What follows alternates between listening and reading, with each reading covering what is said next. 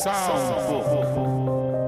Bulldogs presents The Bet by Anton Chekhov. It was a dark autumn night.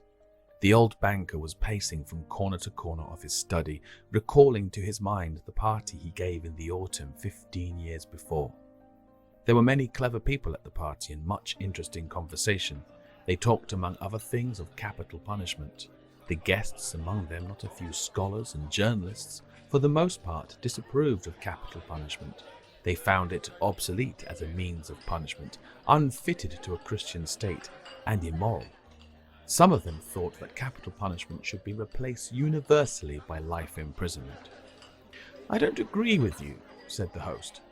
"I myself have experienced neither capital punishment nor life imprisonment, but if one may judge a priori, then in my opinion, capital punishment is more moral and more humane than imprisonment.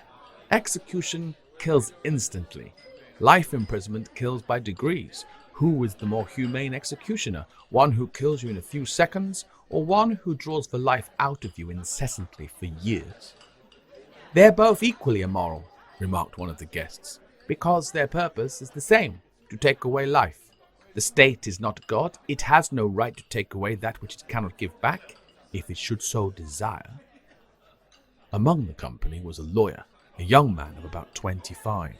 On being asked his opinion, he said, "Capital punishment and life imprisonment are equally immoral, but if I were offered the choice between them, I would certainly choose the second. It's better to live somehow than not to live at all." There ensued a lively discussion. The banker, who was then younger and more nervous, suddenly lost his temper, banged his fist on the table, and turning to the younger lawyer, cried out, "It's a lie! I bet you 2 millions you wouldn't stick in a cell even for 5 years. "If you mean it seriously," replied the lawyer, "then I bet I'll stay not 5 but 15. 15 done!" cried the banker. "Gentlemen, I stake 2 millions. "Agreed. You stake 2 millions, I my freedom," said the lawyer. So this wild, ridiculous bet came to pass. The banker, who at that time had too many millions to count, spoiled and capricious, was beside himself with rapture. During supper, he said to the lawyer jokingly, "Come to your senses, young roan, before it's too late. 2 millions are nothing to me, but you to stand to lose 3 or 4 of the best years of your life. I say 3 or 4 because you'll never stick it out any longer. Don't forget either, you unhappy man, that voluntary is much heavier than enforced imprisonment. The idea that you have the right to free yourself at any moment will poison the whole of your life in the cell. I pity you." And now, the banker, pacing from corner to corner, recalled all this and asked himself, "Why did I make this bet? What's the good? The lawyer loses 15 years of his life and I throw away 2 millions. Will it convince people that capital punishment is worse or better than imprisonment for life? No, no! All stuff and rubbish. On my part, it was the caprice of a well-fed man. On the lawyer's, pure greed of gold." He recollected further what happened after the evening party. It was decided that the lawyer must undergo his imprisonment under the strictest observation in a garden wing of the banker's house. It was agreed that during the period he would be deprived of the right to cross the threshold, to see living people, to hear human voices, and to receive letters and newspapers. He was permitted to have a musical instrument, to read books, to write letters, to drink wine, and smoke tobacco. By the agreement he could communicate, but only in silence, with the outside world through a little window specially constructed for this purpose. Everything necessary, books, music, wine, he could receive in any quantity by sending a note through the window. The agreement provided for all the minutest details, which made the confinement strictly solitary, and it obliged the lawyer to remain exactly 15 years, from 12 o'clock of November 14th, 1870, to 12 o'clock of November 14th, 1885. The least attempt on his part to violate the conditions, to escape if only for 2 minutes before the time, freed the banker from the obligation to pay him the 2 millions. During the first year of imprisonment, the lawyer, as far as it was possible to judge from his short notes, suffered terribly from loneliness and boredom. From his wing day and night came the sound of piano. He rejected wine and tobacco. Wine, he wrote, excites desires, and desires are the chief foes of a prisoner. Besides, nothing is more boring than to drink good wine alone. and tobacco spoils the air in his room. During the first year, the lawyer was sent books of a light character, novels with a complicated love interest, stories of crime and fantasy, comedies, and so on. In the second year, the piano was heard no longer, and the lawyer asked only for classics. In the fifth year, music was heard again, and the prisoner asked for wine. Those who watched him said that during the whole of that year he was only eating, drinking, and lying on his bed. He yawned often and talked angrily to himself. Books he did not read. Sometimes at nights he would sit down to write. He would write for a long time and tear it all up in the morning. More than once he was heard to weep. In the second half of the sixth year, the prisoner began zealously to study languages, philosophy, and history. He fell on those subjects so hungrily that the banker hardly had time to get books enough for him. In the space of 4 years, about 600 volumes were bought at his request. It was while that passion lasted that the banker received the following letter from the prisoner. My dear jailer, I am writing these lines in 6 languages. Show them to the experts. Let them read them. If they do not find one single mistake, I beg you to give orders to have a gun fired off in the garden. By the noise I shall know that my efforts have not been in vain. The geniuses of all ages and countries speak in different languages, but in them all burns the same flame. Oh, if you knew my heavenly happiness now that I can understand them. The prisoner's desires were fulfilled. 2 shots were fired in the garden by the banker's orders. Later on, after the 10th year, the lawyer sat immovable before his table and read only the New Testament. The banker found it strange that the man who in 4 years had mastered 600 erudite volumes should have spent nearly a year in reading one book, easy to understand and by no means thick. The New Testament was then replaced by the history of religions and theology. During the last 2 years of his confinement, the prisoner read an extraordinary amount, quite haphazard. Now he would apply himself to the natural sciences, then he would read Byron or Shakespeare. Notes used to come from him in which he asked to be sent at the same time a book on chemistry, a textbook of medicine, a novel, and some treatise on philosophy or theology. He read as though he was swimming in the sea among broken pieces of wreckage, and in his desire to save his life was eagerly grasping one piece after another.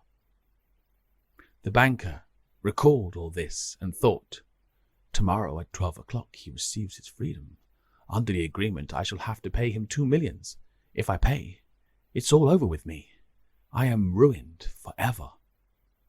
15 years before he had too many millions to count, but now he was afraid to ask himself which he had more of, money or debts.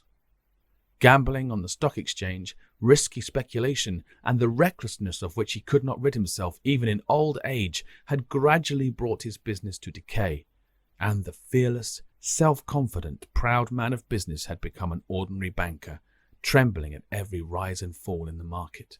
That cursed bet, murmured the old man, clutching his head in despair. Why didn't the man die? He's only 40 years old. He will take away my last farthing, marry, enjoy life, gamble on the exchange, and I will look on like an envious beggar and hear the same words from him every day. I'm obliged to you for the happiness of my life. Let me help you. No, it's too much. The only escape from bankruptcy and disgrace is that the man should die. The clock had just struck 3. The banker was listening. In the house, everyone was asleep, and one could hear only the frozen trees whining outside the windows. Trying to make no sound, he took out of his safe the key of the door which had not been opened for 15 years, put on his overcoat, and went out of the house. The garden was dark and cold. It was raining. A damp, penetrating wind howled in the garden and gave the trees no rest. Though he strained his eyes, the banker could see neither the ground, nor the white statues, nor the garden wing, nor the trees. Approaching the garden wing, he called the watchman twice. There was no answer. Evidently, the watchman had taken shelter from the bad weather and was now asleep somewhere in the kitchen or the greenhouse. If I have the courage to fulfill my intention, thought the old man, the suspicion will fall on the watchman first of all. In the darkness, he groped for the steps and the door and entered the hall of the garden wing, then poked his way into a narrow passage and struck a match. Not a soul was there. Someone's bed with no bedclothes on it stood there, and an iron stove loomed dark in the corner. The seals on the door that led into the prisoner's room were unbroken. When the match went out, the old man, trembling from agitation, peeped into the little window. In the prisoner's room, a candle was burning dimly. The prisoner himself sat by the table. Only his back, the hair on his head, and his hands were visible. Open books were strewn about on the table, the two chairs, and on the carpet near the table. 5 minutes passed, and the prisoner never once stirred. 15 years of confinement had taught him to sit motionless. The banker tapped on the window with his finger, but the prisoner made no movement in reply. Then the banker cautiously tore the seals from the door and put the key into the lock. The rusty lock gave a hoarse groan, and the door creaked. The banker expected instantly to hear a cry of surprise and the sound of steps. 3 minutes passed, and it was as quiet inside as it had been before. He made up his mind to enter. Before the table sat a man, unlike an ordinary human being. It was a skeleton, with tight-drawn skin, with long curly hair like a woman's, and a shaggy beard. The colour of his face was yellow, of an earthly shade. The cheeks were sunken, the back long and narrow, and the hand upon which he leaned his hairy head was so lean and skinny that it was painful to look upon. His hair was already silvering with grey, and no one who glanced at the senile emaciation of the face would have believed that he was only 40 years old. On the table before his bended head lay a sheet of paper on which something was written in a tiny hand. Poor devil, thought the banker. He's asleep and probably seeing millions in his dreams. I have only to take and throw this half-dead thing on the bed, smother him a moment with the pillow, and the most careful examination will find no trace of unnatural death. But first, let us read what he has written here. The banker took the sheet from the table and read. Tomorrow at 12 o'clock midnight, I shall obtain my freedom and the right to mix with people. But before I leave this room and see the sun, I think it necessary to say a few words to you. On my own clear conscience and before God, who sees me, I declare to you that I despise freedom, life, health, and all that your books call the blessings of the world. For 15 years I have diligently studied earthly life. True, I saw neither the earth nor the people, but in your books I drank fragrant wine, sang songs, hunted deer and wild boar in the forests, loved women, and beautiful women, like clouds, ethereal, created by the magic of your poet's genius, visited me by night and whispered to me wonderful tales, which made my head drunken. In your books I climbed the summits of Elbrus and Mont Blanc, and saw from there how the sun rose in the morning, and in the evening suffused the sky, the ocean, and the mountain ridges with a purple gold. I saw from there how above me lightnings glimmered, cleaving the clouds. I saw green forests, fields, rivers, lakes, cities. I heard sirens singing, and the playing of the pipes of Pan. I touched the wings of beautiful devils who came flying to me to speak of God.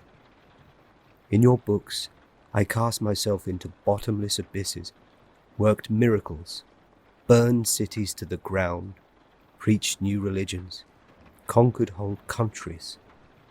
Your books gave me wisdom. All that unwearying human thought created in the centuries is compressed to a little lump in my skull. I know that I am cleverer than you all, and I despise your books, despise all worldly blessings and wisdom. Everything is void, frail, visionary, and delusive as a mirage. Though you be proud and wise and beautiful, yet will death wipe you from the face of the earth, like the mice underground, and your posterity, your history, and the immortality of your men of genius will be as frozen as slag, burnt down together with the terrestrial globe. You are mad, and gone the wrong way. You take falsehood for truth, and ugliness for beauty. You would marvel if suddenly apple and orange trees should bear frogs and lizards instead of fruit, and if roses should begin to breathe the odour of a sweating horse. So do I marvel at you, who have bartered heaven for earth. I do not want to understand you, that I may show you indeed my contempt for that by which you live. I waive the 2 millions of which I once dreamed of as paradise, and which I now despise, that I may deprive myself of my right to them. I shall come out from here 5 minutes before the stipulated term, and thus shall violate the agreement. When he had read, the banker put the sheet on the table, kissed the head of the strange man, and began to weep. He went out of the wing. Never at any other time, not even after his terrible losses on the exchange, had he felt such contempt for himself as now.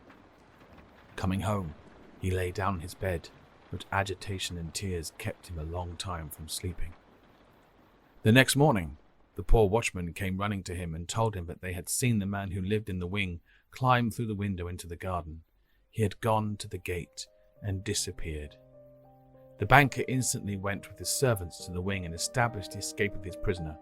To avoid unnecessary rumours, he took the paper with the renunciation from the table and, on his return, locked it in his safe.